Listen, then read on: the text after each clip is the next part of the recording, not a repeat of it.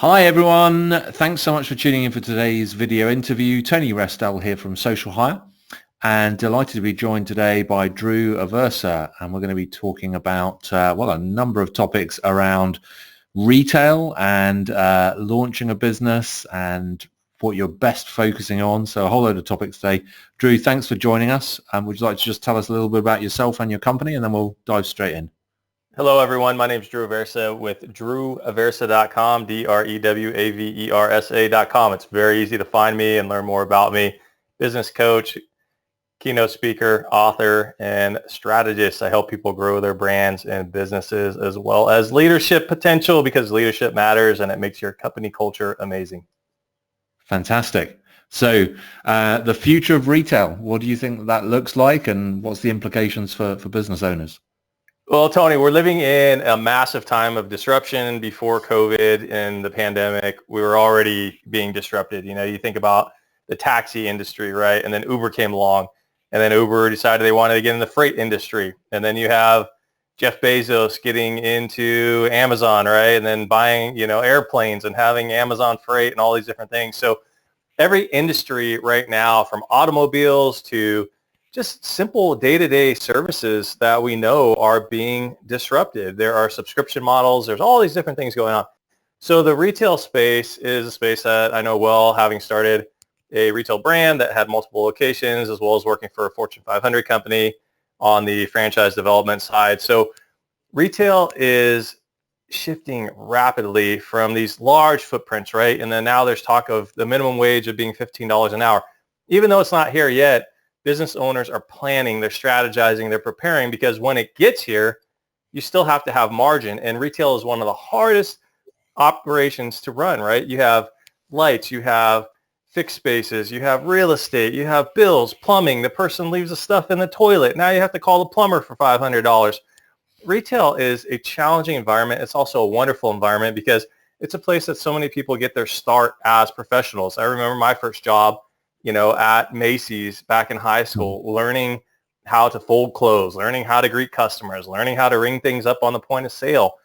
All those things transferred years later because those big companies give you great training. Even though you're young, or even though you're young at heart, you get great training. So I'm a big believer in the retail space. I think retail is a wonderful environment to lead, to motivate, mentor people.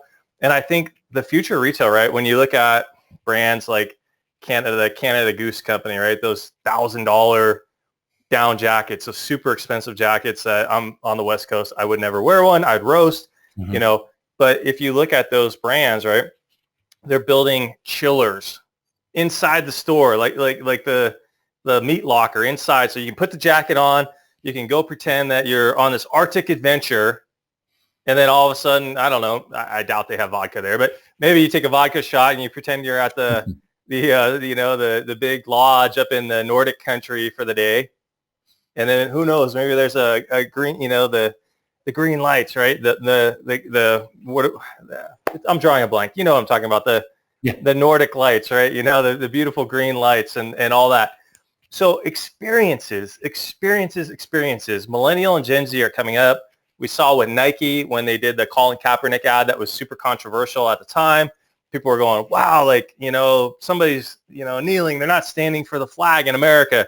I'm boycotting Nike. Well, Nike knew that the next generation was different. They wanted change. They wanted somebody that stood for values of the time, that represented them, that represented their ideals. So these are the other things retailers have to take into place too, is like, are you this boring, bland brand? Are you this brand of the past? Or are you going to innovate and change into a brand of the future where you're changing things, you're creating experiences, and you're creating touch points throughout the journey, right? From the moment that I drive up to your shop, to the minute I get in your shop, to the minute I leave online with technology, the whole continuation of the journey and the customer experience.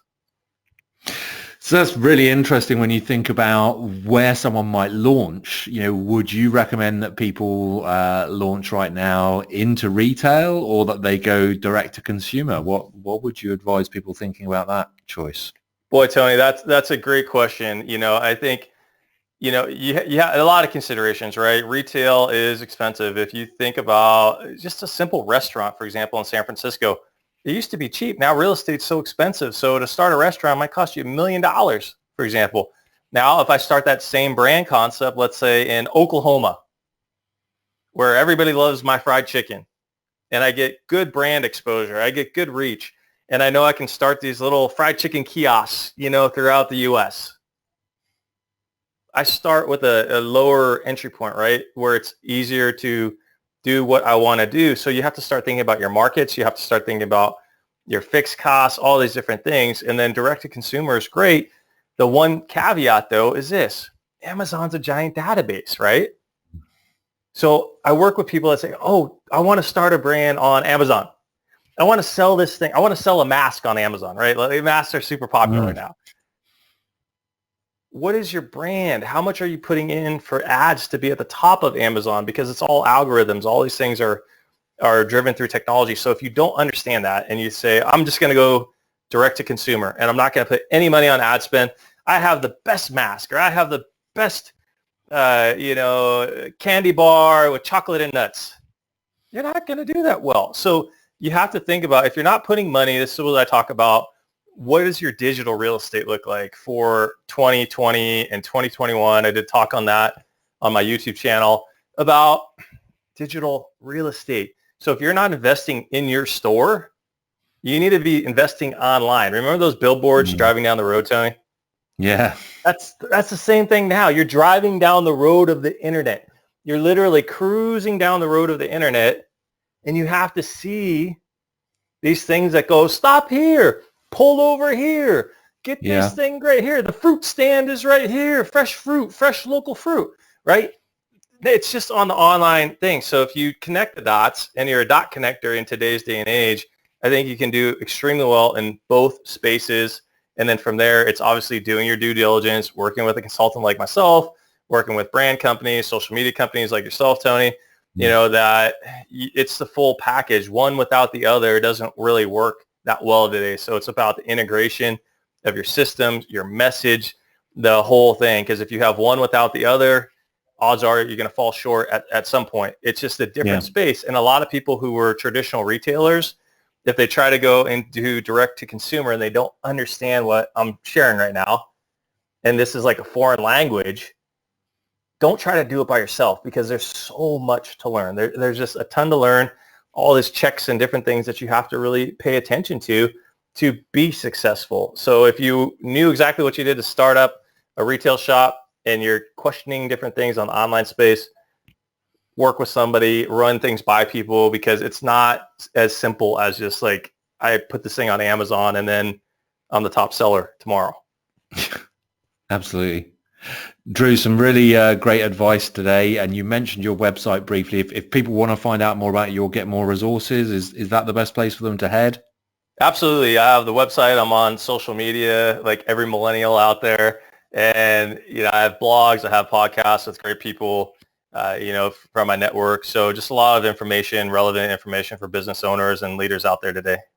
Fantastic. Well, thanks ever so much for your time, and have a great rest of the week, everyone. Bye for now. Thanks, Tony.